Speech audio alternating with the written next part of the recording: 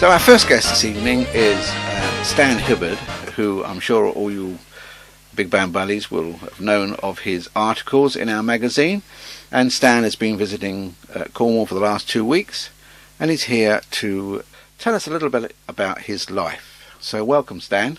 Thank you ever so much. You know, this has been 2 super weeks. You and Liz have looked after me so much, and I'd like to thank you and say thank you to all the readers of Big Band Buddies, because I'm very grateful to them that they appreciate what I write so much so they actually want to read it. Well, I'm sure that's true, and we get so many compliments from the magazine, and hopefully we shall grow to be one of the best magazines in the future. It deserves to be. Oh, thank you very much. Now, let's go back a little bit into your distant past, because actually Stan celebrated his 39th birthday yesterday. Yes. At our house. But we've got to go back a little bit further than that to when you first started in a town brass band, was it? Yes, yeah, it was Silver Prize Band, if you please, by old Pop Hughes. And I mean, one of my favourite stories of Pop Hughes is he was dedicated, and we used to rehearse Sunday morning, and we were rehearsing this, whatever it was, this march, and they left the front door open of the rehearsal room, and this dog came in. We played, and the dog came underneath Pop Hughes, you know, and he went, oh, wow, wow. Without missing a beat, Pop went, and he hit this dog on the head, bang, da, da, da, da, and the dog flew out, you know. It was a very significant moment. Now we're talking about 1941 here, so goes back a bit, doesn't Yes, it? that's right. Yeah. It would be that, yeah. We still remember you're only 39, okay. Yes, yeah. And then you moved on to, you told me the Richard and Johnson band? Richard Johnson. Richard Johnson and band. nephew. And nephew, all right. Prize Band. Right. And it's actually a much better band, in all fairness, yeah. And this was a Yeah. Wireworks. Wireworks, yeah. And of course, a lot of the guys got jobs in the factory because they were in the brass band. Oh, because of the brass band, yeah. Yeah, that was the inducement for the good players. Yeah. Right, yeah. That was actually, so you're actually making steel wire? Yes, yeah. I see. Right. A very famous Wireworks, one of the biggest in the world, yeah. Okay. Still there now? No. The instrument you were playing at the time, Sorry? you said you were playing a soprano. Yes, E flat. E-flat. It looks like a standard cornet, except Yeah. it's just slightly smaller. I see. But instead of being in B flat, it's in E flat. Okay. So, I mean, it can play a fourth higher all the time. And in fact, if you listen carefully, it's the one instrument in a brass band you can't get away from. You can hear it all the time. All the time, right, okay. It sails along on top. You know. Yeah. It's a great instrument to play, actually. Yeah. It's very, very enjoyable. Yeah. Yeah. And you're still a teenager here, of course. Yes, I'm still at school. Of course you are, yeah. From there, you're moving on to 1946. Now, this is after the war. Yes. And where are you now? Well, I was still playing with brass bands, one of which was the Salvation Army, and I was a great fan of Manchester United.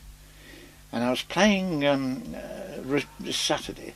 There's a very old painting, have you ever seen it? I Dreamt I Dwelt in Marble Halls. Yes, yeah. There's an old chap playing with the music on a bottle of milk. Well, I was doing this, and of course, as soon as I finished my practice, I was going to Old Trafford to watch United.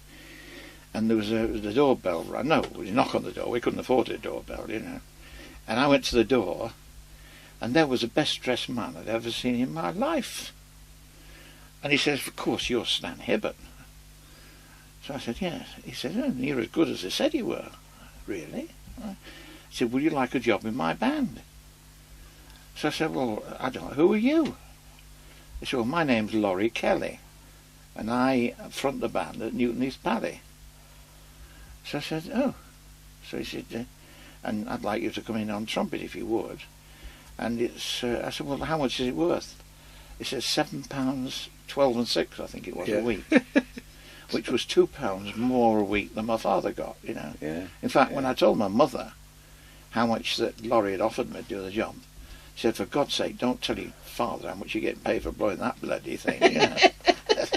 So I never did. He never knew, you know. You never know, no. But that was my start, because in those days, of course, Manchester was no different than anywhere else. There were a sort of pally on the end of every street, you know. And this was actually, Laurie had a very good band. He was a beautiful tenor player, you know.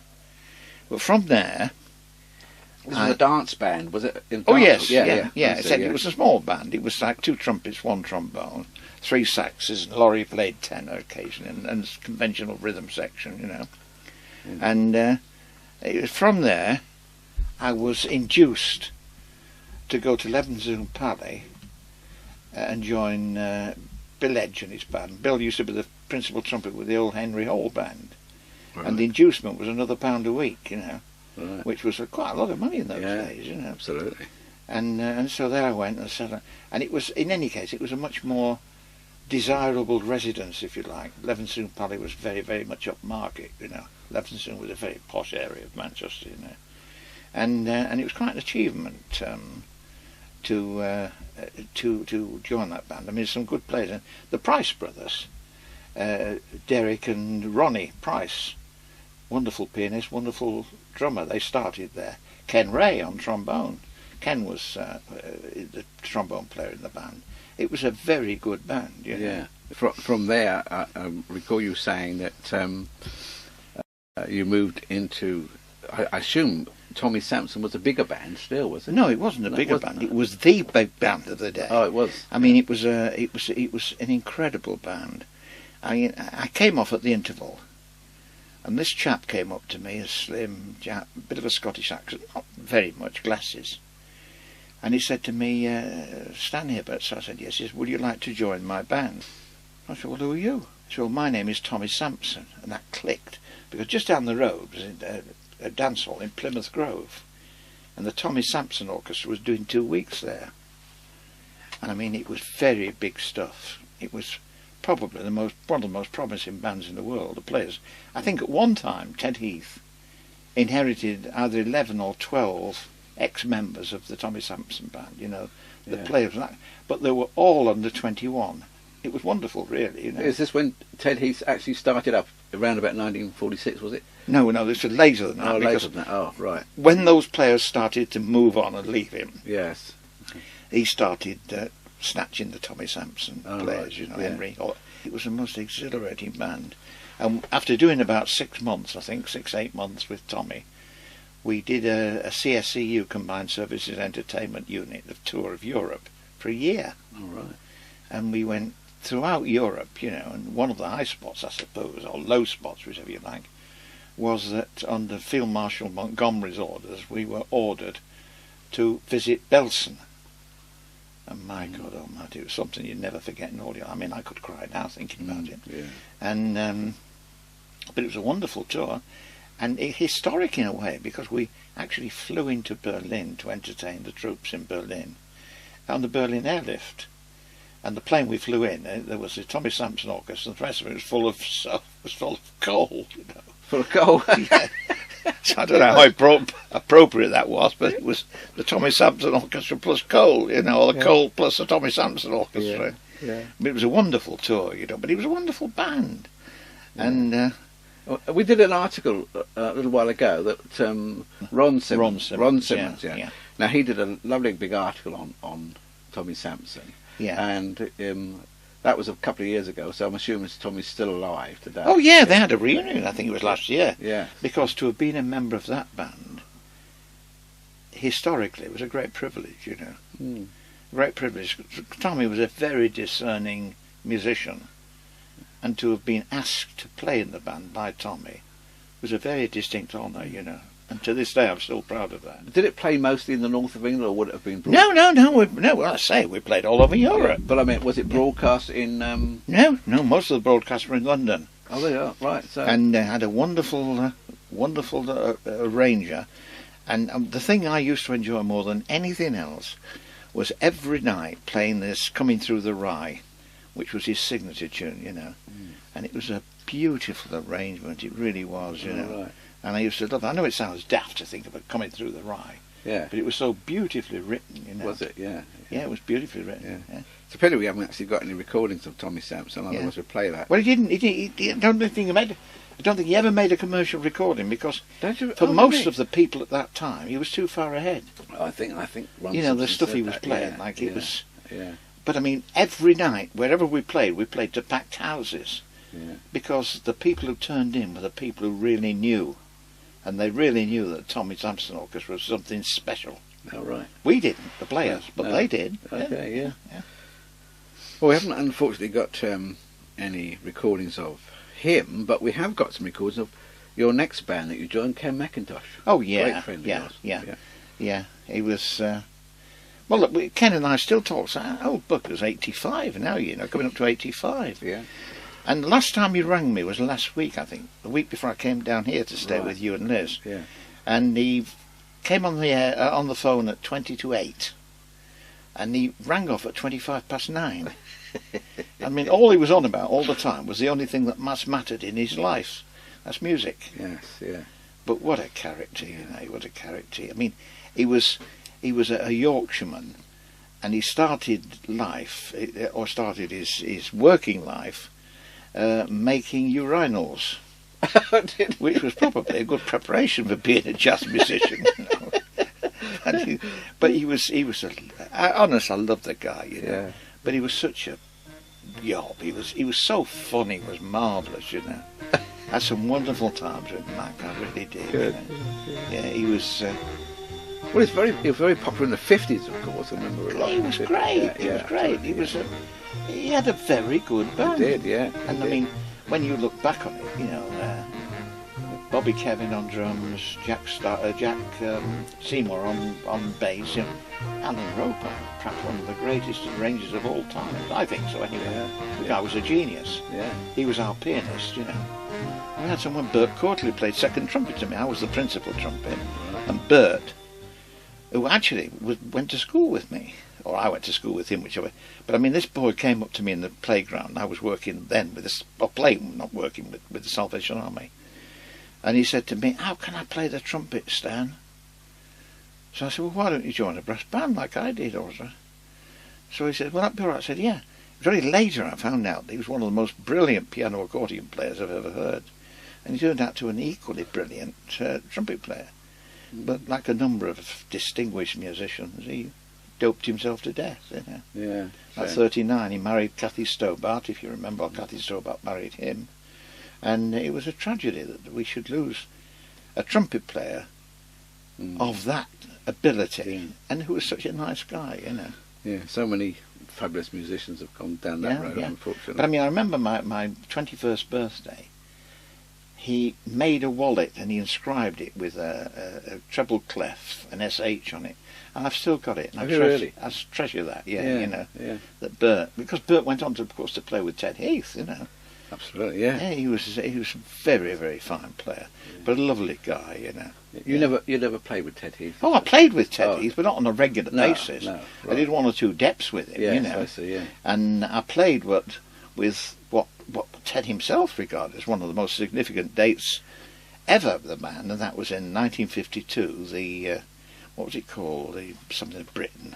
The Festival of Britain? yes, and Wally Stock did two. I think it was 2 or 4 arrangements. I remember all the King's Horses around the Marble Arch, you know, and the other, I forget the other one now, but he used 12 trumpets. He didn't use a section of 12 trumpets. He used 3 sections of 4 trumpets, and I led one of them, you know. And my only great problem that upset is I haven't got a record of it, you know, because it was a beautiful session, and the band played beautifully. People like Kenny Baker, Yeah. Stan Roderick, you know, you name it, they were there, you know. Yeah, yeah. Yeah, the only ragged idiot from the north, I think, who was in there was me. Well, now, you mentioned about the money you were getting in those days with Ken McIntosh.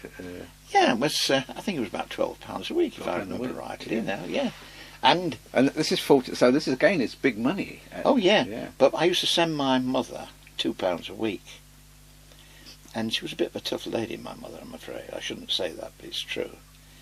And when I decided to marry Dot, or Dot and I decided to marry, she didn't say congratulations or anything like that. She said, "You'll keep sending me that £2 a week, won't you?" You know?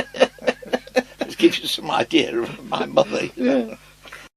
So now we're moving into the year 1951-52 when Yes. the Northern Variety Orchestra was formed. Yes, And you 51, yes. and you joined it a little later. I believe Yes, you I said, was. yeah. I was. Tell us a bit about that orchestra and the history of it. I can't remember his name now, but they had a band leader from London who used to do all the north. The North region became, in a very short time, the most prolific broadcasting region in Britain. You know, tremendous number of variety shows. So they had their own orchestra. So I would remember this guy. But he insisted in bringing his musicians up from London. So the BBC not only had to pay them the fees, had to pay them travelling and overnight stays, which made it very expensive. So the man who was at the head then was Bowker Andrews. And he said why don't you start using local musicians? But no, they're not good enough. So, cut a long story short, Bowker Andrews insisted he used local musicians, and he buggered off. He said, so a local group of musicians were put together by John Roadhouse, incidentally, and Willem Townsky was hired as a conductor with with really some potentially good players, but some very poor players, I must confess at the time, but it was a good, potentially good band. And Alan Ainsworth was the arranger, the official arranger. And at Alan's insistence, one or two players were changed, one of which was I came in for, Howard came with me, I was working with Mac. And I got a telegram, because I didn't have a telephone in those days. No, I don't think anybody did. Not many people did. And the telegram said, will you ring Miss Muriel Schofield at Manchester, and the most important words on the telegram, and reverse the costs, reverse the charges. So I did so, and she said, oh, Miss Hibbert, nice to speak to you. She said, we've got the very first television show, outside London television show on Sunday, at the City Varieties in Leeds, and Alan Ainsworth will be conducting, and wondered if you'd like to play lead trumpet, because in those days the BBC staff musicians were not permitted to do television. They were radio players, Mm-hmm. So I said, well, yes. I said, well, what is it worth? She said, well, the fee's £4. I said, what, for a whole day? She said, yeah. I said, well, I'm not coming up from London for £4. She said, well, I'll tell you what I'll do. I'll give you an overnight allowance. I said, what's that? She said, £2, 12 and 6. So that was £6, 12 and 6. I said, no, I'm still not coming. But I'll give you 2 overnight allowances. One for the Saturday, one for the... So I said, well, all right then. So I went up and did this, and this turned out to be the first of the good old days. And Barney Colahan, who was the producer-director, he called this a cavalcade of the music hall, and he went through all the various periods of the music hall. And this went out live, but they sent it to London. It was recorded and sent to London, and London didn't like it very much, but they liked the old time element of it, and so that's how the good old days started, which was actually the most widely sold BBC television programme in the BBC's history. It was sold all over the world, It was a prodigious programme. We didn't realise it. Of course, it was just another gig, But it was history. And the band was then called the Northern Variety Orchestra? No, it was just a orchestra directed by Alan Ainsworth. That's all it said. Right. And of course, at the end of the first show, which was a bit special for me, because the second trumpet was a bloke called Les Moss. I don't know what happened to him. I don't know whether he was stoned or what, but halfway through the show he got up, went off, disappeared, and never saw him again in the rest of my life. And we finished the show off, me on my own, And at the end of the show, which went out live, Alan came up and he said, would you like a job with the Northern Variety Orchestra? So I said, well, yes, my wife had just become pregnant. And of course this meant pension, sick leave, holidays with pay. I mean, all the things you couldn't get as a freelance musician. Working for the BBC. That's right. So I was working at the BBC and all of this. So I took Was this. it BBC Manchester? Was it BBC London, or was it? No, it was just BBC. BBC. Yeah, no, which, they did, which took didn't like discriminate at no, all. I It was see. just Right. BBC. Okay. And so we came up, and my father still lived in Manchester, so we moved in with him initially, because we hadn't got anything anyway. We'd been living with Dot's mother, and we came up to Manchester, and it was just great, to play. It wasn't so much I was playing with this wonderful orchestra, and the leader was a man called Norman George, who was probably one of the greatest fiddle players I've ever heard in my life, and he was arrogant, but not abrasively arrogant.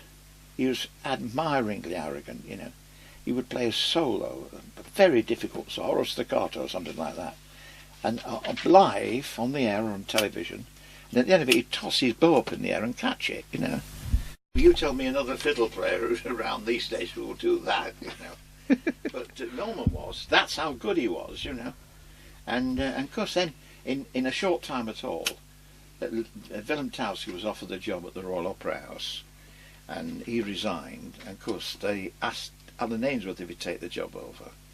He said yes he would, but he wanted the string section, wanted to get rid of the strings and build up a full-size dance orchestra, 4 trumpets, 4 trombones, etc.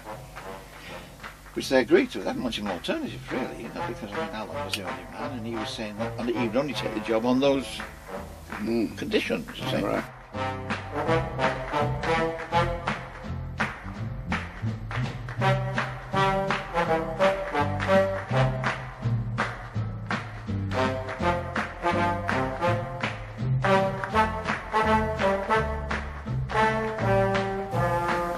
And so that was found, the BBC Northern Dance Orchestra, or the NDO, and that's how it began, and that's where I spent the next 20 years of my life.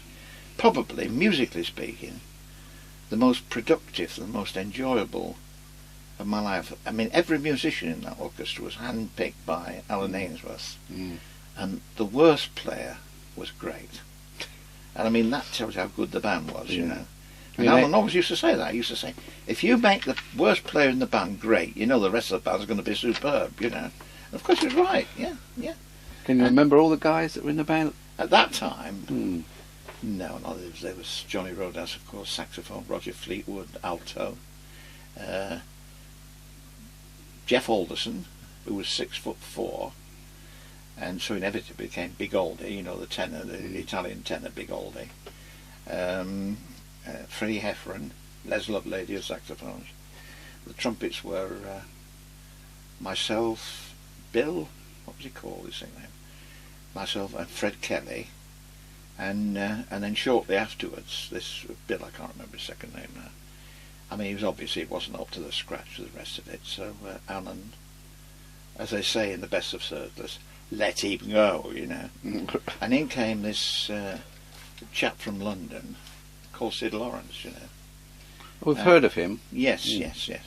Great guy, you took my word for it, he really was, I mean, I think I told you the first time I met him I could have cut his throat, because we were fellow challengers in the big band of Britain, run by the Melody Maker, and they awarded a medal for each instrument, and everyone said, oh Stan, you're bound to win the trumpet instrument, And then this band came on from Al Powell from Chester, and this bastard on the trumpet, And I thought, bloody there goes my medal, And of course he did. And this was Syd Lawrence, who later became probably the best friend I've ever had in my life. And what made me proud of all was that he publicly, I think it was either radio or television, said Stan Hibbert is my best friend. And that made me very proud, actually, And we did become as close as that. We used to, Kath, Syd's wife, and Dot, my wife, we used to alternate each Wednesday night. One Wednesday we'd go, Dot and I would go to Syd and Kath's, and next Wednesday come to, we always had the same thing, egg and chips, it was a change of environment. Yeah. And although we hadn't got 2 halfpennies for a penny, I think probably that was the happiest period of my life, Yeah. Wonderful guys, wonderful music. No real problems, I mean, all right, we could have done with a few quid more, but who couldn't at those days, But music, you couldn't have asked for anything more, And I think I told you, we started a series called D Time, you know, and we had all sorts of a television program. The presenter was a man called Simon D, you know, who was a very modest chap, you know. If he'd have been any more modest, he'd have been Emperor of the World, you know. And he got these guests on, various guests. We had James Stewart on, who played the accordion. He played Oh My Darling Clementine on the accordion, you know. And we had Stan Kenton, who was touring England at the time, came on. And as a tribute to him, we played, what's it? Peanut Finger. Yeah, we played Peanut Finger, you know. And at the end of it, like, Simon D and Stan Kent walked round to the front of the band, you know. And he looked up at the band and he applauded us, Kenton. And Simon D said to him, could you use any of these guys? And he said, yeah, about 20. And I don't think any band could have had a better compliment than that, ever, you know, that Stan Kent thought that much of that band. And he wasn't kidding, he was dead serious, you know. Yeah. And we listened to the recording afterwards, and I think we played it actually better than his band played it. But I have a sneaking feeling that the players in that band, the NDO, were better than the players in the Stan Kenton band, you know. Because there's some brilliant players in the band. Absolutely. Yeah. And that was it. 20, musically speaking, happiest years of my life.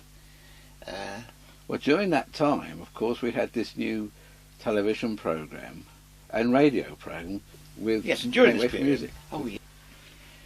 Barney Colohan devised this television series initially called Make Way for Music, and then which went over into radio, you know. And this is when this lunatic Roger Moffitt was the announcer, you know. And he was totally unpredictable, he really was, you know. We were live on one of the shows, on one of the early Make Way for Music shows. Live, mind you. He said, would the trumpet section and the trombone section gather round me, please? So we gathered round and thought, what the hell's going on there? He said, thank you ever so much, gentlemen. He said, I just wanted the viewers to see what a dope ring looked like, you know. That was the man we were dealing with, you know. Absolute lunatic. Yeah. Yeah. And he used to write his scripts sitting in rehearsal, listening to what the band was saying, you know. And of course after a time you forgot he was there.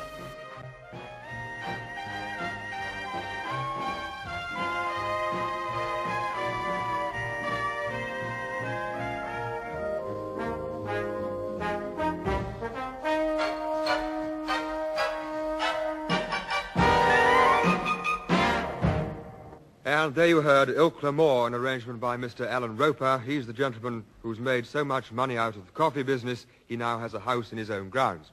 Thank you, gentlemen. And now, for what we're about to receive, over to you, Mr. Ainsworth.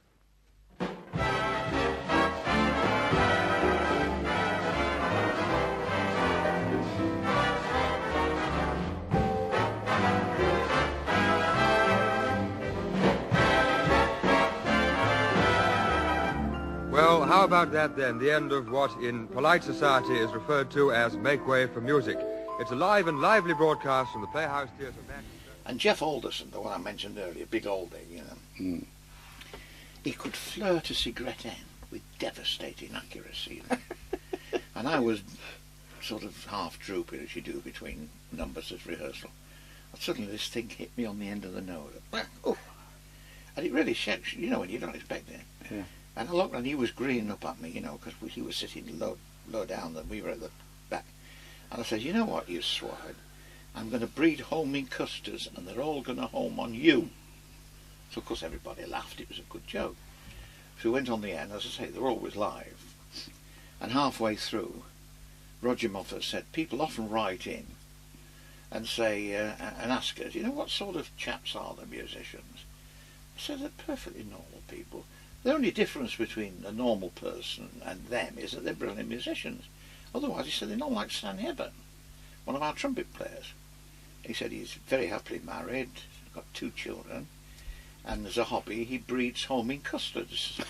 And of course, 2 or 3 days later, got about 40 letters from listeners complaining that my homing custards were fouling their washing on the line, ruining the garden. And I even had a letter from the director of Manchester Airport saying that my homing custards were interfering with the flights, and I got to stop it at once. And this went on for about 9 months, Yeah. This lunacy. I've never heard of anything like homing custards,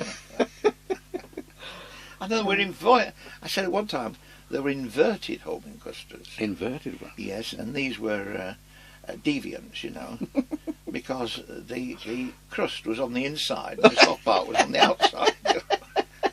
Oh, God, those were the days. Yeah. I mean, it was a privilege. You didn't realise it, but there we were saying, come and join this band of lunatics, who were 3, 4, 5, 6, 7 times a week appearing on radio and television and behaving like the sort of people they were, lunatics, and you were getting paid for it. I'm getting paid for it, yeah. It was wonderful, No, sadly, of course, those shows don't exist, but it was only the other day that Roy Edwards, singer Roy Edwards, Yeah. said he's actually got some of those programs, so hopefully we'll be... I'd love to hear Yeah, them, because yes. I haven't got any of them. No, well, I'm sure if he's got them, he'll let us have some. Oh yeah, because the standard, the musical standard, really was breathtaking. Yeah. I discussed. Well, I was going to say I discussed it with Don Lusher one night. I didn't. It was one of my neighbours, Alan Crowe. Don came up and very kindly did a concert for me at Bury Town Hall. The proceeds going to the Bury Hospice, And at the end of it, it finished about 10 o'clock.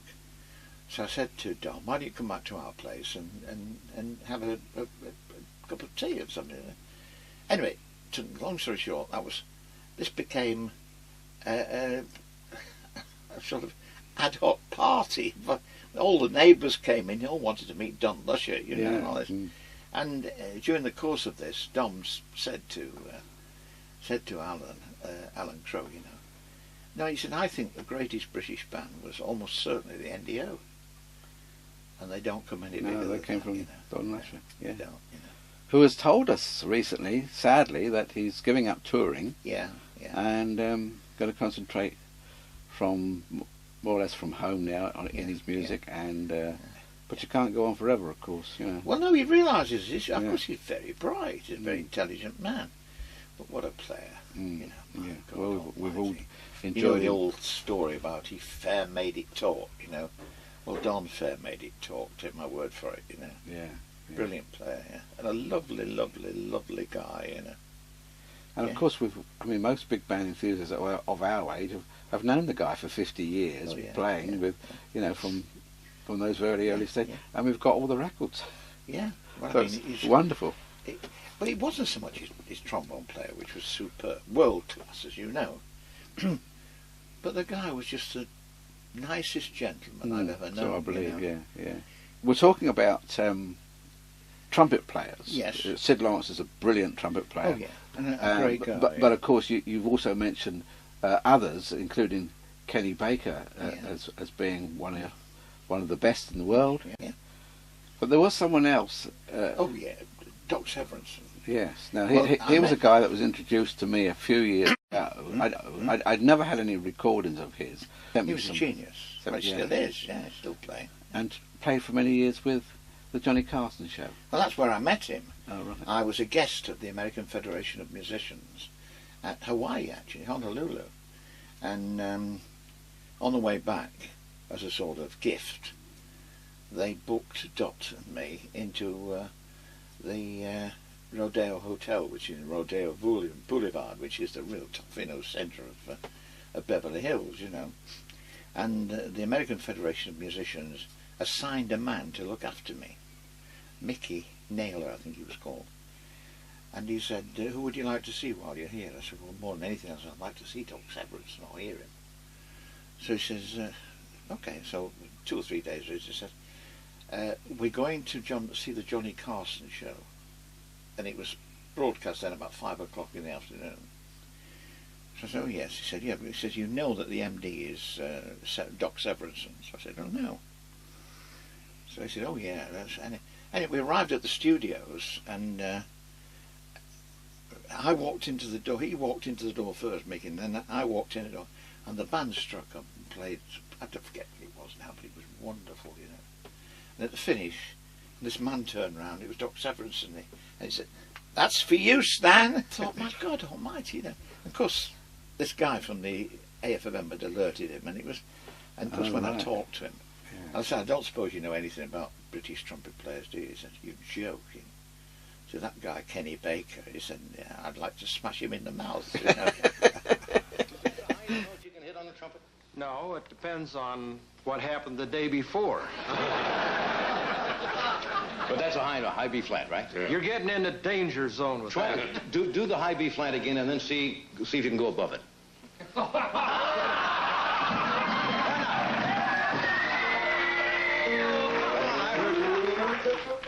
Do the high B flat and then. Do you have any idea? No, I don't. What you're asking me to do? I know. 23 years you've never asked me anything. Well, that takes great embouchure, as they say, right? Let's hear it, Doc. Great embouchure. You want an sneak up to the sneak on up. Well, can't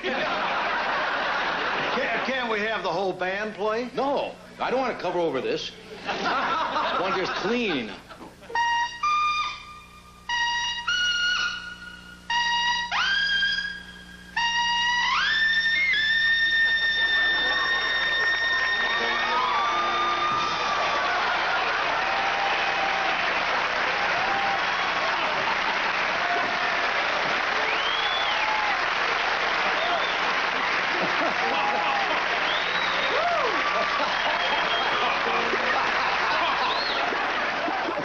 You a silly person, you and something I've always regretted.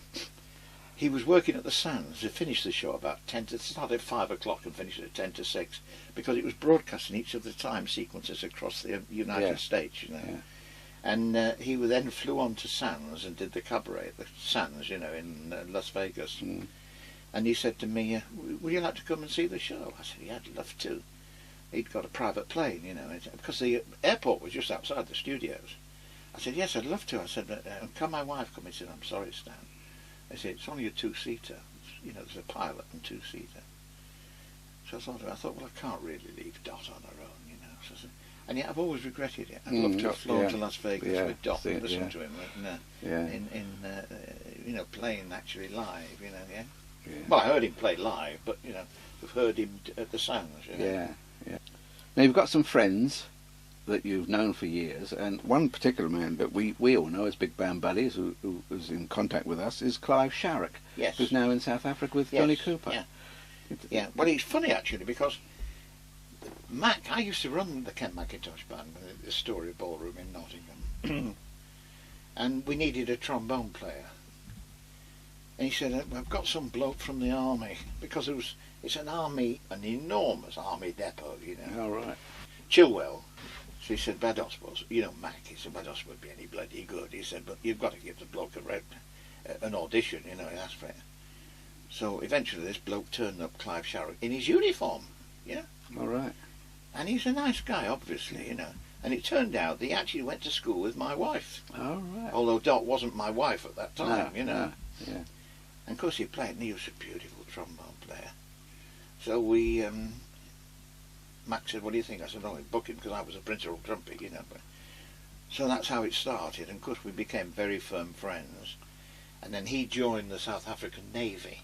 He wanted to play with the Navy band. Oh, that's why he got over and there. then he decided to stay there and live there. All right. And you know, all our lives, we've listened to all these musicians. Yeah. And it's lovely to hear firsthand from someone who's actually met them and friends with them, you know. And played with them. And played with them, of course, yeah. Well, that's the big draw. Yeah. And well, it's not astonishing, but the surprising thing is, when you realise that they're just ordinary people. Of course who they are are, particularly gifted. Yeah. But all of them share a common feeling. They're not aware of their gift. They're not aware of it, no. No, at all. I was completely aware of the fact that I had perfect pitch. Yeah. I think I told you it was Dr. Penrose, Dr. Percy Penrose of North Manchester Grammar School, who said to me, "Do you realise, Hibbert, that you've got perfect pitch?" I didn't know. I think he said you should concentrate on music. He said, because I think you could do very well, which he proved to be right, you know. Yeah. Now, during this time, of course, with the Northern Dance Orchestra, you eventually broke away to become a member of the Union. Well, no, I'd always been active because I think it was 1963, member, if I remember course, rightly, the BBC decided that they would sack the NDO. So I organised this campaign, the theme of which was the NDO must not go. And I wrote to everybody in show business. Some of the letters, I've still got them at home. And, you know, most of them are dead now. They were great stars, you know. But, I mean, got some wonderful replies. One was from Spike Milligan, you know. It's really, dear Stan, said, fight! Spike, you know. That's it. And a lovely story emerged from that. Peter Husband, who's our flautist, a brilliant musician, you know. And, of course, I'd organised this, and everybody, all the people who were interested, I got this thing published, the NDO must not go, and they stuck it in the rear window of their cars, you know. And Peter lived in Leeds. And he was driving home, and suddenly a bee-doo-dee-doo, and looked in his mirror, and there's this police car flashing, you know. And he stop. He thought, well, that wasn't speed, you know.